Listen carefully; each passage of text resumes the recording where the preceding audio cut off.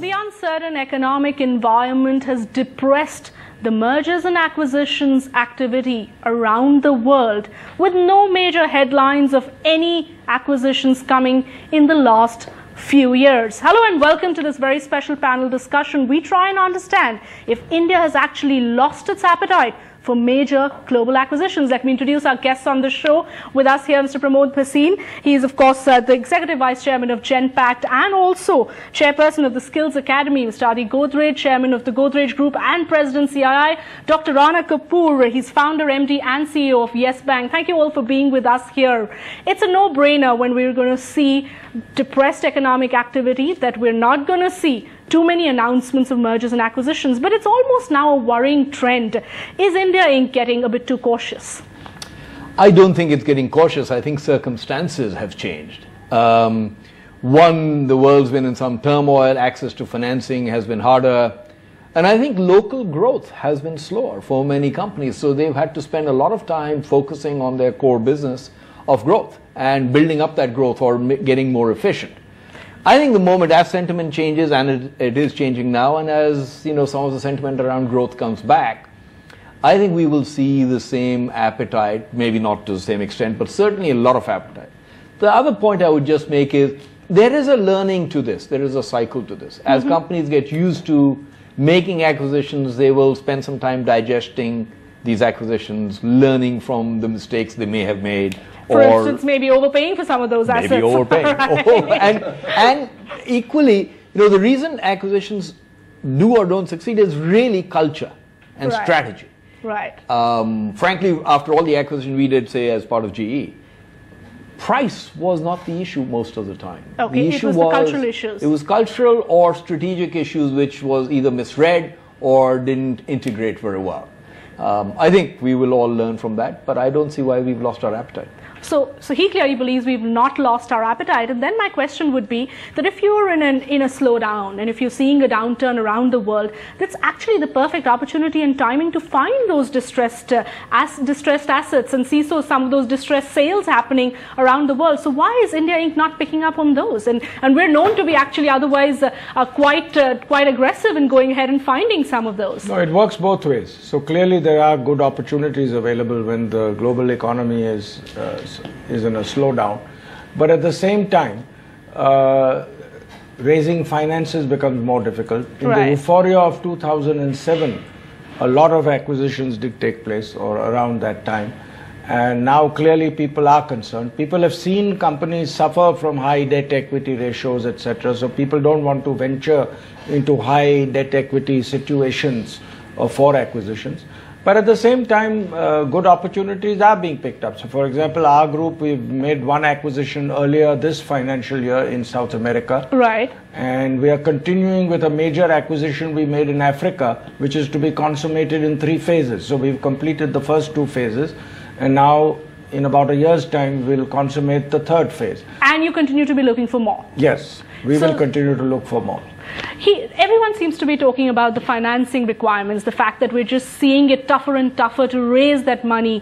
Is that a real problem? Is that the main reason why we're not seeing those headlines of major big global acquisitions? In my personal view, that acquisitions in India sponsored by large conglomerates are not that difficult anymore, because Indian credit risk driven by the top 50, let's say, or 100 corporate houses is by far one of the best credit risks in the world. I think the issue is the basket of growth has changed. What we were doing earlier is acquiring automobile companies and hotel companies, and now there's an opportunity in fast-moving consumer goods, for example, in the IT space like Headstrong did. Genpact took over Headstrong. The acquisitions Godrej Group has led in South America and Africa and Asia. I think the basket is changing, and for that there are very strong Indian bankers who are willing to support that through thick and thin. Would you agree? Yes, and you think there is that support coming from the banking industry? For companies that have a strong balance sheet, the opportunities, if the opportunities are good, one has to be very careful that one doesn't acquire for the sake of acquisition. Right. It must make both strategic and accretive sense. Right. And if that is so, I think Indian companies are prepared to go ahead, and I agree with him. The bankers are willing to support. but one has to always watch the risks. I think several Indian companies over leverage their balance sheets. Now, a lot of them are in the process of deleveraging the balance sheet. Yes. And a slowdown is also the time when again those lessons are learned, when again you question whether you made those mistakes, as you were saying, perhaps by going in for valuations that perhaps were not justifiable, taking bigger risks. Simply the risk appetite goes down. I think as you said, you shouldn't do acquisitions for the sake of acquisition, or just because you want to be bigger. That's never a good enough reason. You have to do it for strategic reasons. You have to have a very good plan to integrate them really well with your group. Many groups are very diversified. So what culture do they adopt? What sales, marketing, other synergies do they get from an acquisition? We just have to study them. I also agree with Rana on the financing side. I do think when you're buying overseas, it's harder to get financing today. It's quite hard because banks are less happy taking the risks, and they're charging more. They have their own issues. The foreign banks. I'm not talking about I'll get his perspective on the foreign banks as well. Right. So I think local banks are very unique. I would add just one other point. I think acquisition is a continuous game.